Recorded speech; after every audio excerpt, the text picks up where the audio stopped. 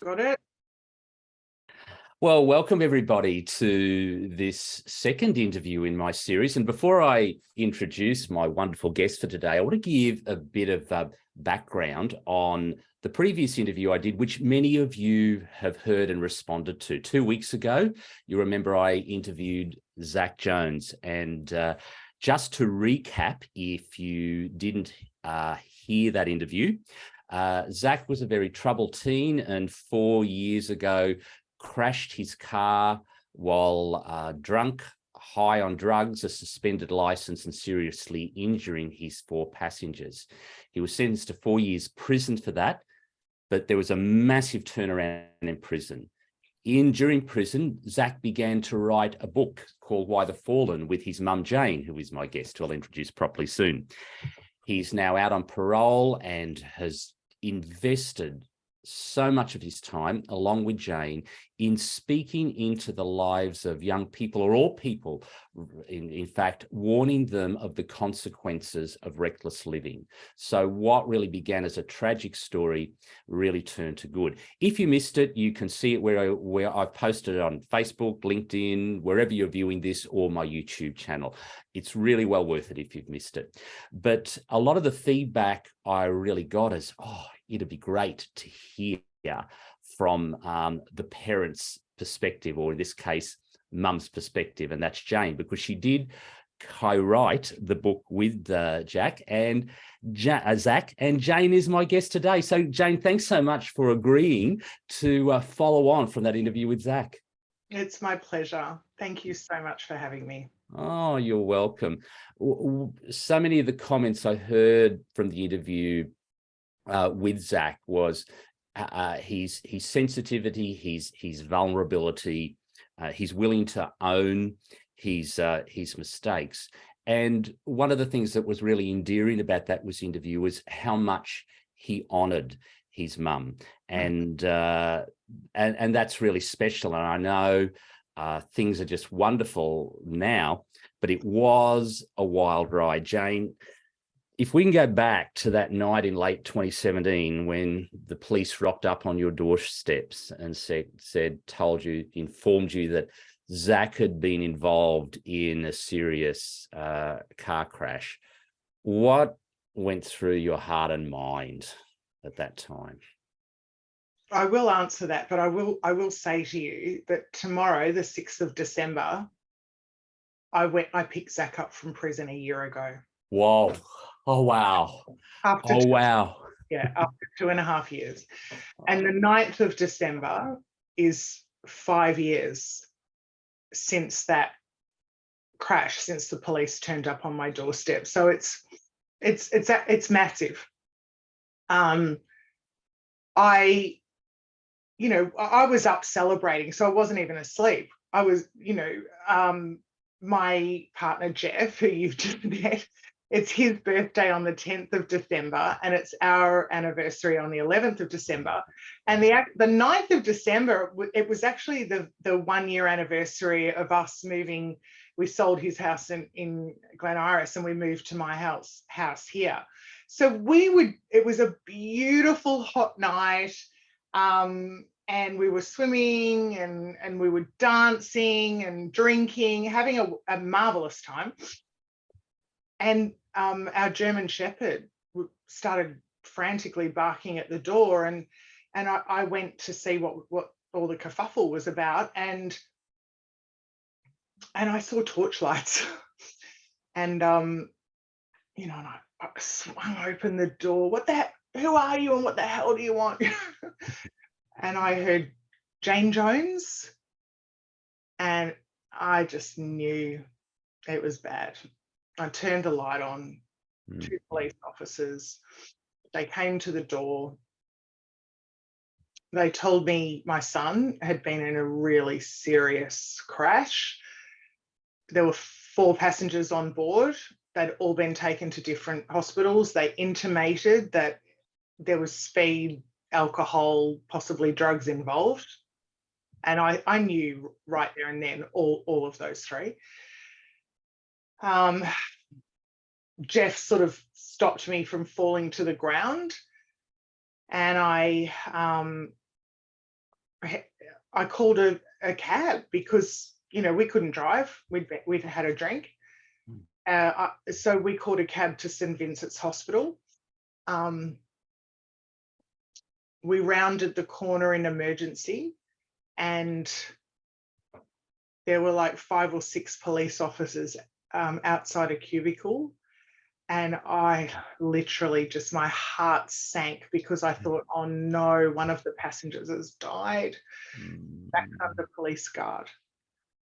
And I walked up to them and I said, Zach Jones.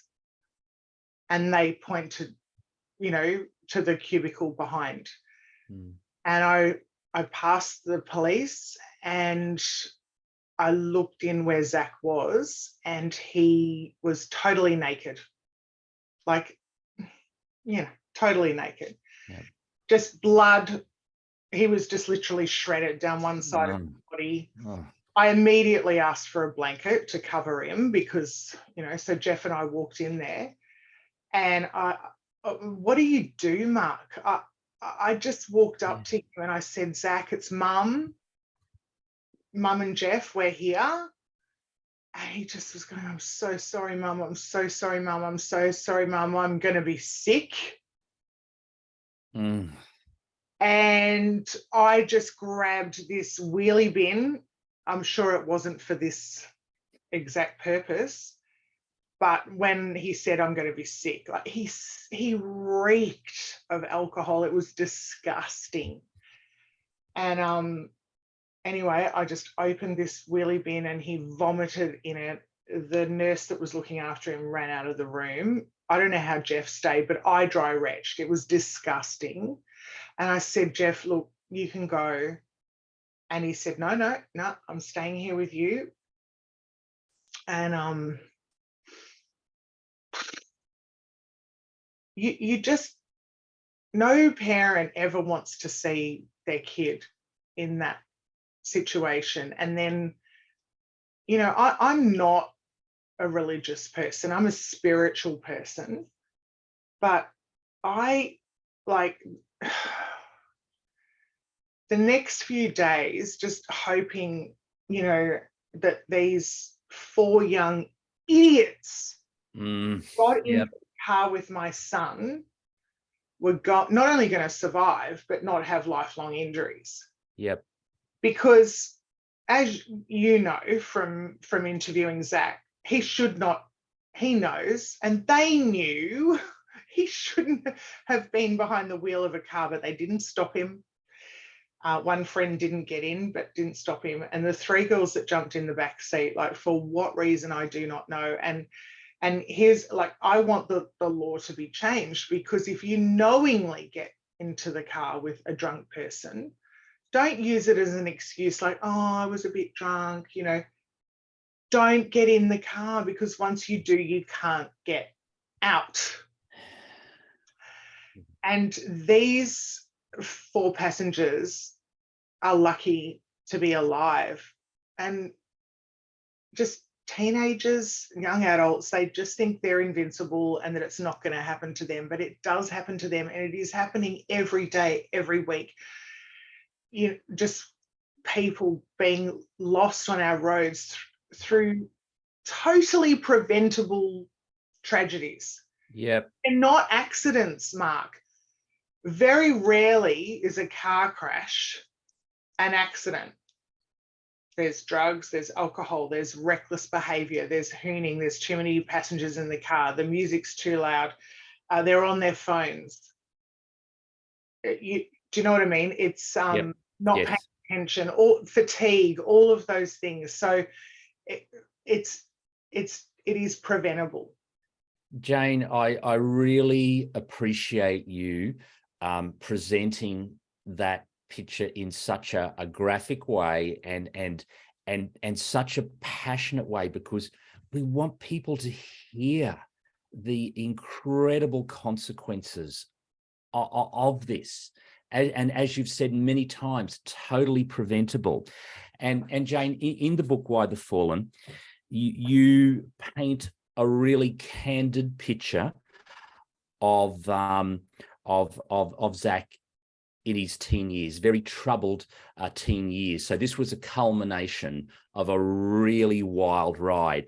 And you desperately tried everything in your power to support him, to help change him. You moved house.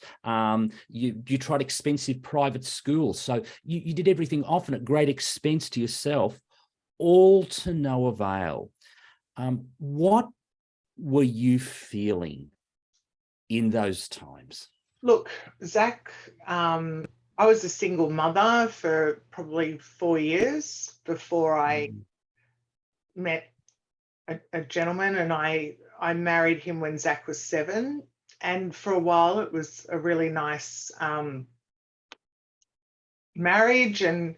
But look, I don't want to go into that, but that marriage was falling apart.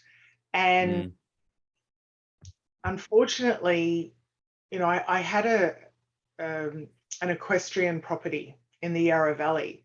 And because it was such a specialised property, it took over 2 years to sell it.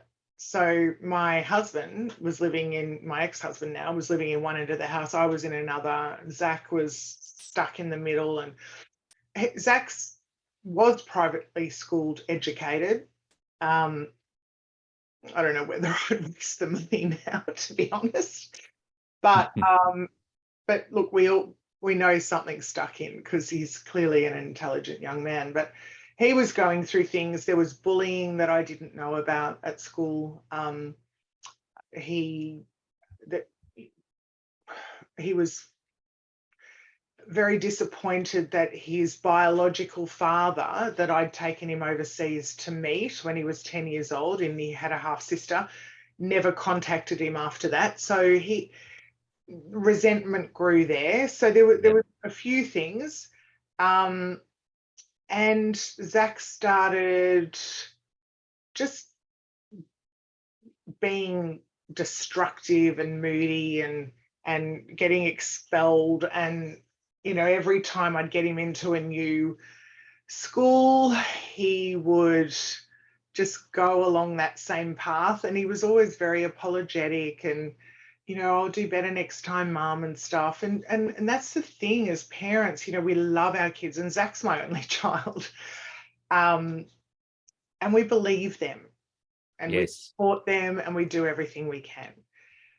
But it just kept going on. And then when I finally did sell that property and I moved here, and I say in the book, and it's called The Gate, because I inadvertently opened a gate or a door with Zach that I could no longer close. So on the equestrian property, he couldn't just walk out the door and go for a runner. Do you know what I mean? Because it was a bloody long way to a bus stop or a train station. Whereas where I live now, he would just climb out his window or walk out the door while I was asleep. And he could walk to the train station or catch a bus.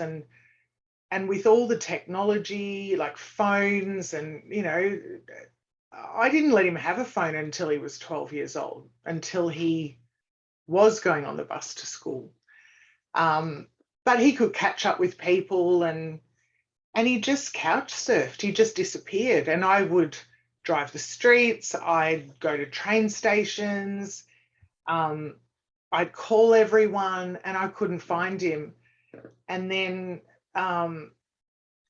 you know, it was the police that called me that would say, "We've picked your son up." I'd report him missing person. And they'd call me and say, "Yeah, we've picked your son up after a foot chase at some station or wherever. And he's drunk, he's got drugs on him. You have to come because he's underage and watch him be fingerprinted and photographed." And, you know, and I'd walk into this little room, and my son's in there, and he stunk like he needed a shower. No, yeah. Alcohol, he stunk of weed, he could hardly speak properly. And I had to sit there while they conducted this interview. And I'm an emotional person. I just cry. And you know, the police were always very supportive. Like, you've got a loving mum, Zach. Like, what are you doing this for? And I'd get him home, and the very next day he'd be off. Or I'd go to work and I'd come home and he'd be gone. And like, I have lost jobs. I've been judged because my kid was being kicked out of schools and he was breaking the law, and I'm going to children's court. And ultimately that crash, so what are we, the 5th of December, the 9th of December 5 years ago was the culmination of all of that, where he crashed his car, and that's what sent him to jail. But not straight away. 18 months later, and in that 18 months, he spiraled even worse out of control. Oh, wow. Jane, there's going to be some parents, mothers, fathers who are hearing this, and it's going to trigger some pretty raw stuff for them. What would you say? What would you want to say to others who are experiencing what you experienced? It's a tough one, because Yep. it doesn't matter whether your situation is exactly the same as my situation, but your love for your child is. We love our kids and we want the best for them and we want to believe them. But don't look at your kids through rose-tinted glasses. Like, that's my first piece of advice. They will lie to your face, and they will do it convincingly, and you'll believe them. You know, I got to a point where I was broken. Like, I didn't feel like I could go on. And you know, I had to at some, like, so 6 months would go by, for example, and you know, I'd get a call from the police. Or one time Zach climbed over my back fence. I was sitting there on a day off and the dogs went mental, and I'm like, you know, what the hell's going on? And I walked around the corner and there's my son climbing over the back fence. I was like, oh my God, he's alive. He's home. And I went to open the gate, the pool gate, because he was rounding where the pool was, and he looked like a Picasso painting. No joke. He had one eyebrow. His jaw was over near his ear, and it was just horrendous. He was covered in blood. He was, oh my God. You know, and I had to put him back together again. Had to get his jaw relocated because it was dislocated. He was bashed up by drug dealers. And it's really sad because in the book, and I didn't know the level of Zach's drug addiction until I read those chapters that he was giving to me while he was writing them in prison. And the fact that he jumped over my back fence, not because he'd been gone for 6 months, or to apologize, or to that he was going to change his life. No, he actually says, I know it's going to kill my mum to read this, but she was a solution. I had no intention of changing my ways. I just knew she'd put a roof over my head and she'd get me fixed up. And as I was talking to her, you know, the talk, all I could think of was, I wish I had another bong before I left my mate's place. Now, he was right. That did break my heart. Like, it still does. Like, it still hurts so much that's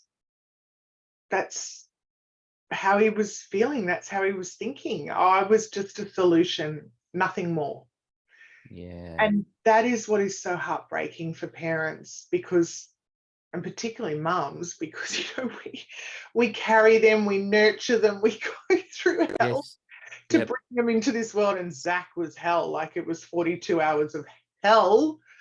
And look, we would have both died in childbirth. It was that difficult. But anyway, I did get him into this world, and this is how you're repaid. And it's heartbreaking. It is absolutely heartbreaking.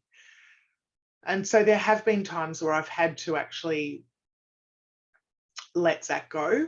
And, as he was 21 when he had that crash, he knew he shouldn't have been behind the wheel of a car. Like, he'd already written off his first car, which, by the way, he still owes me money for, Zach, because the insurance wasn't paid. He'd lost his license for demerit points. And that's another thing that I want to change, because, running red lights or not wearing your seatbelt or speeding or, losing your demerit points, you lose your license for 3 months.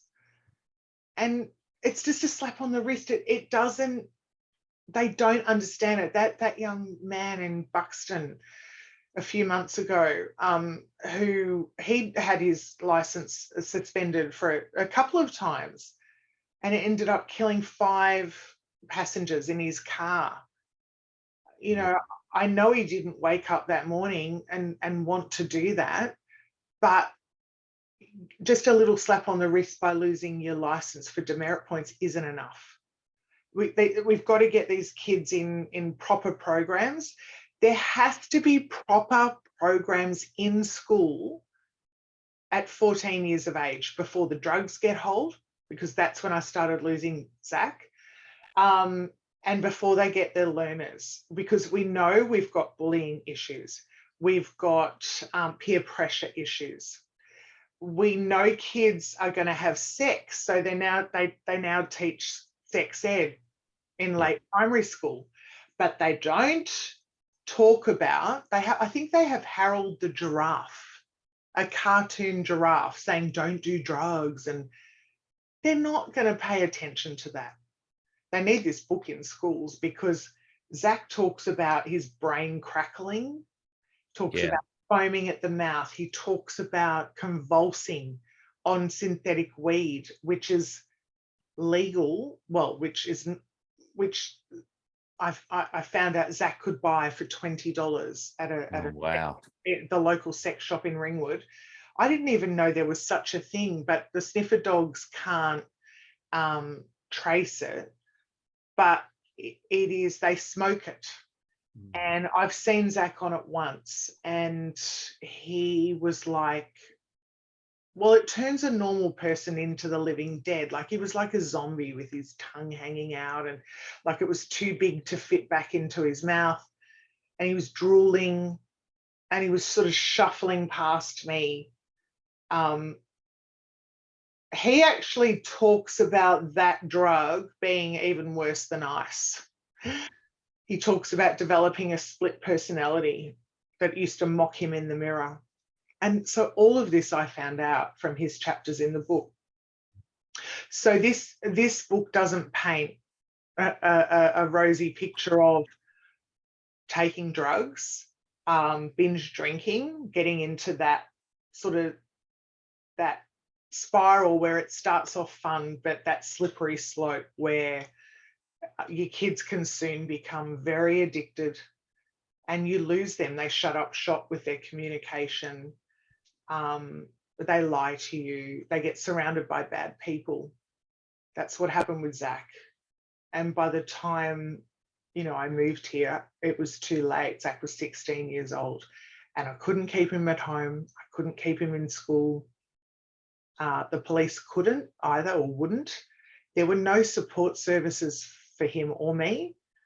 And even when he had that crash, the fact that 18 months went past, and the informant said to me, the police informant, I am going to make sure I take as much time as I need to get this heard in the county court, because I want your son to do the maximum amount of time. And that was really hard to hear. Yes. Oh, yes. That was really hard to hear. but I'm grateful for that. But Yes. in that 18 months, where was the support for Zach? He'd also tried to kill himself. He'd tried to throw himself off a bridge and drop in front of a car on Eastlink. And people were calling, and the police came and offered him a light because he had a cigarette in his mouth, and just grabbed him and pulled him off the railing. And Zach cried, and they dropped him home. But where was the support for him? Like, he should have been in some type of program. Or look, the system is so broken, and I look, I don't talk about all of the things that I wish could be changed in the system. In this book, Why the Fallen, I talk about our true story. Yeah. It's because it's not a self-help book. I couldn't keep my kid from going off the rails or going to jail, but it is a cautionary tale, Mark, because it is brutally honest. Like, it is harrowing to read, and I defy any parent to read this book and not shed a tear, because it's hard to read. It is really hard to read. Yeah. And it's candid. Oh, sorry, please go. No, you go, please. It's candid. It puts it out there. It doesn't solve issues, but because the solving of the issues is a long haul thing, but it raises them. Jane, you have just shared so much in what you have said. Then you've shared about the inner conflict of a parent. You love these children, even if you don't like them and don't like what they become. I have not liked Zach at times. Yes. I tell you what this book does do. If parents read it, and their kids read it, and we've got an audio book coming out soon, because I know kids, it's hard for them to sit. They've always got their headphones on, so I thought an audio book was good. Parents can have conversations with their kids about issues that they're not having conversations about. Real conversations. And if you think that your kid at 13, 14 years of age doesn't know how to make a bong, or doesn't know about weed, or, kids, Zach didn't have an older brother, but there's friends have older brothers and stuff. Kids have access to so much information now. And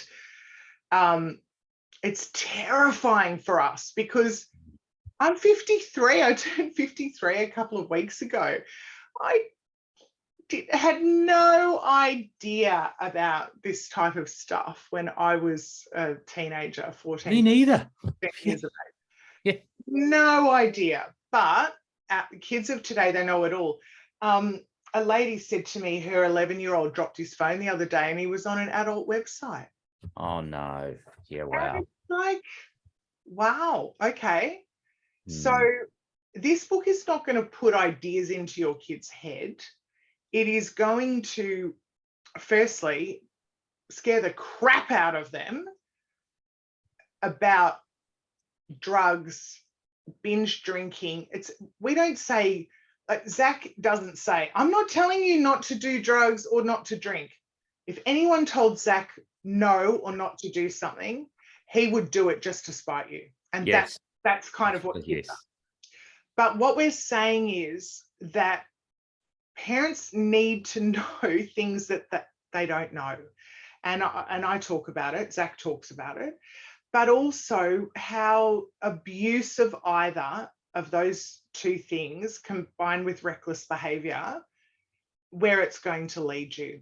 And it's going to lead you to prison, or to a morgue, or to putting someone in a wheelchair, or killing someone, or yourself. And if kids think that by drinking and taking drugs that it's going to solve their mental health issues and those type of things, it's not. It's just going to lead to, well, the path that Zach went down.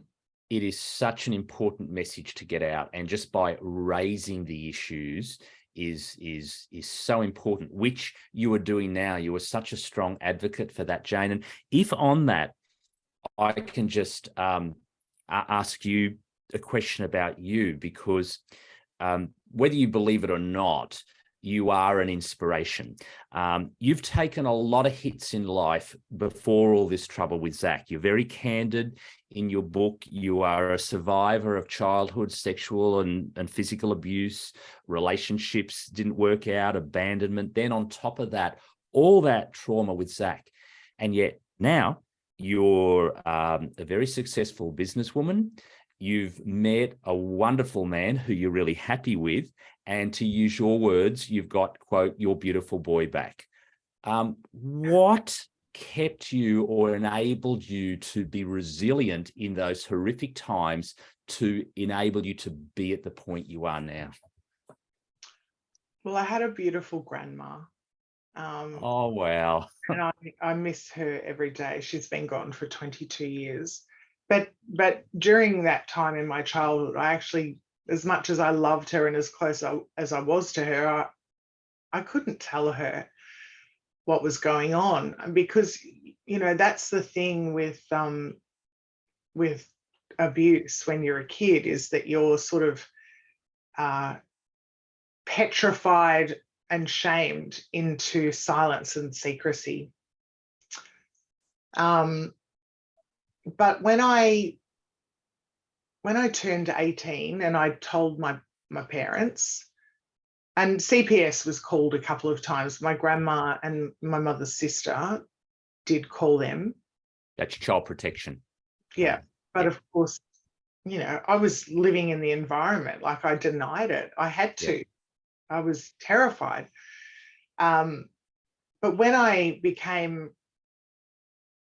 an adult, 18, I just decided that, well, I couldn't, and I have had, you know, I've been to counselors and things like that, but I just decided that, you know, okay, I'm an adult now. I've got my license, and that is why your license is so important. Your freedom and kids, teens, they don't realize how valuable a license is until they lose it. You know, just the independence and the freedom that it gives you is just, it's the best thing in the world. You know, I went overseas when I was 21. I decided I was just going to break the shackles, and I was going to go and live my life, travel, work. Of course, having Zach brought up very painful memories, and I became incredibly overprotective of him. Like the thought of him being abducted or abused or hurt in any way, like literally would, you know, that sick feeling that you have, like it would almost render me panicked. And so, you know, as much as I tried to leave it in my past, things will trigger you, and a memory will burst out of you, and it will bite you on the bum, whether you want it to or not. But the thing is, my abuser was my mum's second marriage, my stepfather, and he's a rock spider. He's disgusting. And I suppose it's taken me 50, well, I'm 53 now. I didn't want to write, actually, I didn't want to write it in the book because, Mark, what happened to me as a child is not the reason why Zach went to prison. So I reluctantly put it in the book because Zach said, look, Mum, you know, people need to know why you're this strong, independent woman. Like, why are you the person that you are? And so because he was so brutally honest with,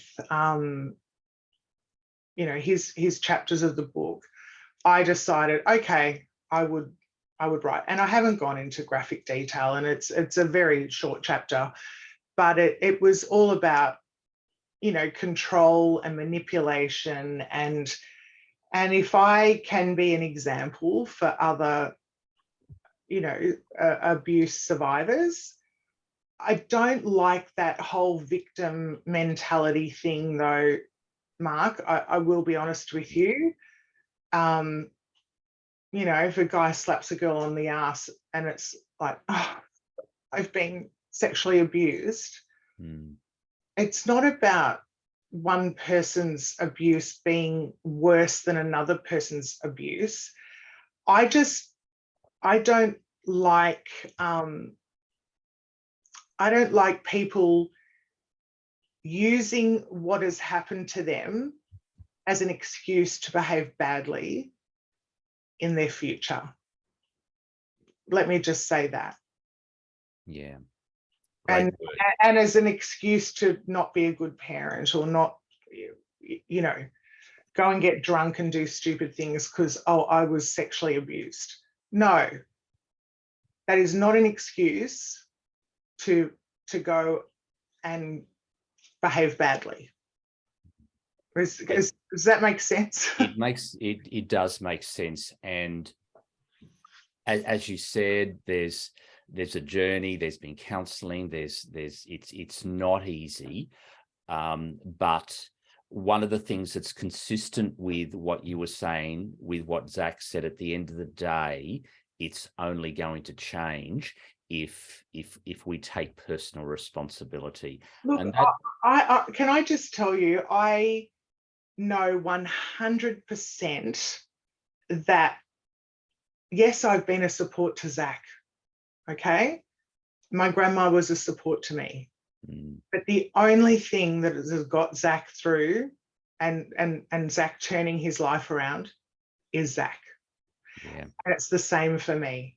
Everybody has to take responsibility for themselves and their life journey. And yes, hope's a wonderful thing, but I say it in the book, hope alone is not enough. It has to be combined with action and a determination to fight for a better life for ourselves. Oh, Jane, that is a great statement, and a great way to end that. Hope, but taking personal responsibility. And your story and Zach's story is important in its rawness, because at the end, it can become a good story, but it does involve that hard yards. So thank you. Sorry, please say, go ahead. It does. I mean,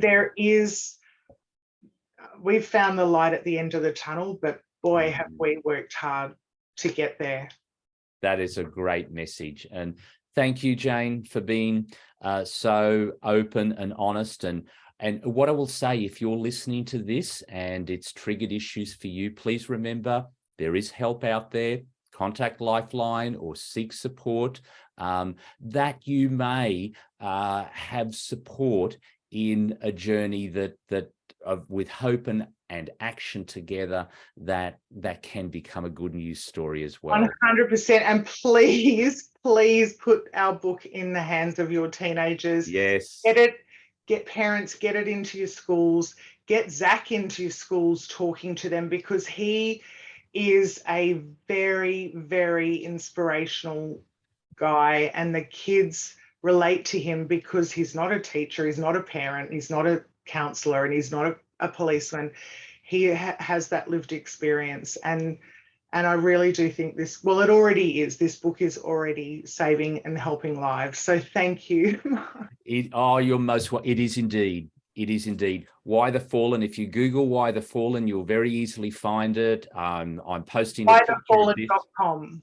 Whythefallen.com. There you go. Whythefallen.com. You'll be able to reach out and get in touch with Zach and Jane there. I vouch for what Jane says. I've listened to some of his YouTube. I'm sorry, on TikTok. You joined TikTok because of Get it right, Mark. I've listened, and he has, speaking to kids and schools, he has them eaten out of his hands. So really want to plug that. Jane, thank you so much for your time today. So appreciated. You're welcome. Thanks, Mark. Thank you. Bye for now, everyone. Bye. How'd we go?